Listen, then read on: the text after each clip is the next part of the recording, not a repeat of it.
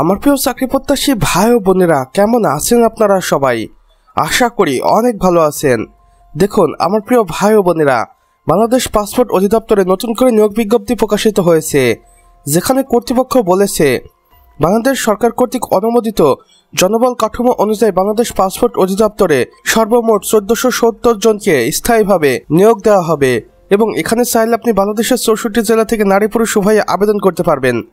আসুন আমার প্রিয় চাকরি প্রত্যাশী ভাই ও বোনেরা, এবার আমরা পদ সংখ্যা ও পদ সমূহগুলো দেখে নেই। প্রথমে দেখতে পাচ্ছি সহকারী পরিচালক, যেখানে 35 জনকে নিয়োগ দেওয়া হবে। এখানে আপনার শিক্ষাগত যোগ্যতা লাগবে, কোনো স্বীকৃত বিশ্ববিদ্যালয় থেকে স্নাতক পাশ করতে হবে এবং এটি 9ম গ্রেডের চাকরি। এরপরে দেখতে পাচ্ছি দেখুন সহকারী প্রোগ্রামার, যেখানে 20 জনকে নিয়োগ দেওয়া হবে। এখানে আপনি কম্পিউটার সায়েন্স বা ইঞ্জিনিয়ারিং করে এই চাকরিতে আবেদন করতে পারছেন। এরপর রয়েছে সিস্টেম অ্যানালাইসিস্ট, যেখানে 18 জনকে নিয়োগ দেওয়া হবে। দেখুন কম্পিউটার সায়েন্স এবং আইটি বিভাগ থেকে আপনাকে পাশ করতে হবে, তবেই আপনি এই নিয়োগ বিজ্ঞপ্তিতে আবেদন করতে পারবেন।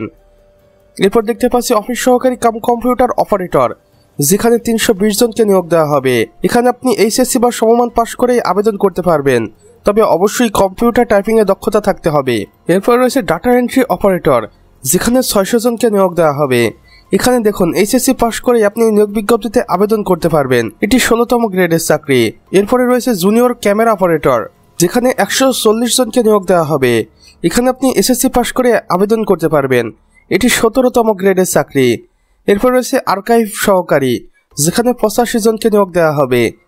এখানে আপনি এসএসসি পাশ করে আবেদন করতে পারবেন, এটি 17তম গ্রেডের চাকরি। এরপর রয়েছে অফিস সহায়ক বা এমএলএসএস, যেখানে 200 জনকে নিয়োগ দেওয়া হবে।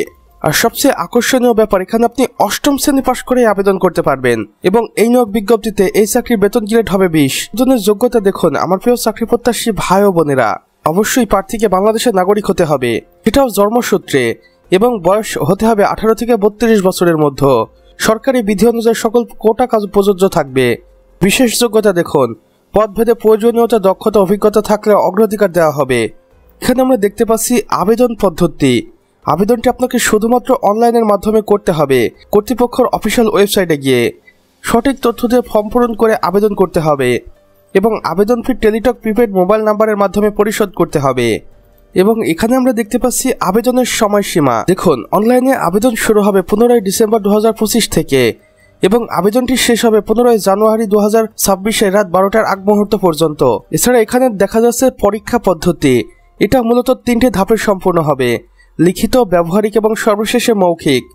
এবং গুরুত্বপূর্ণ নির্দেশনায় কর্তৃপক্ষ বলেছে অসম্পূর্ণ বা ভুল তথ্য প্রদান করলে আবেদন বাতিল হতে পারে।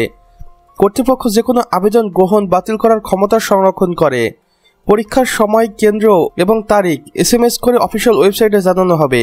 তাই এই নিয়োগ বিজ্ঞপ্তিতে যদি আপনি ইন্টারেস্টেড হয়ে থাকেন, তাহলে অবশ্যই এখনই এই অফিসিয়াল ওয়েবসাইটে ভিজিট করে রাখুন, কেননা এখানে এই নিয়োগ বিজ্ঞপ্তিটি সম্পর্কে সকল তথ্য দেওয়া হবে এবং এখান থেকে আপনি আবেদন করতে পারবেন।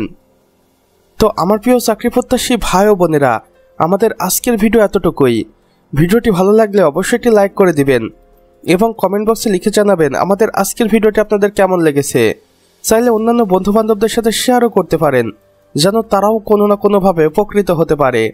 আর চ্যানেলে নতুন হলে অবশ্যই চ্যানেলটি সাবস্ক্রাইব করে পাশে বেল আইকনে ক্লিক করে দিতে ভুলবেন না, যেন আমাদের নতুন ভিডিও নোটিফিকেশন আপনার কোনোভাবে মিস না হয়ে যায়।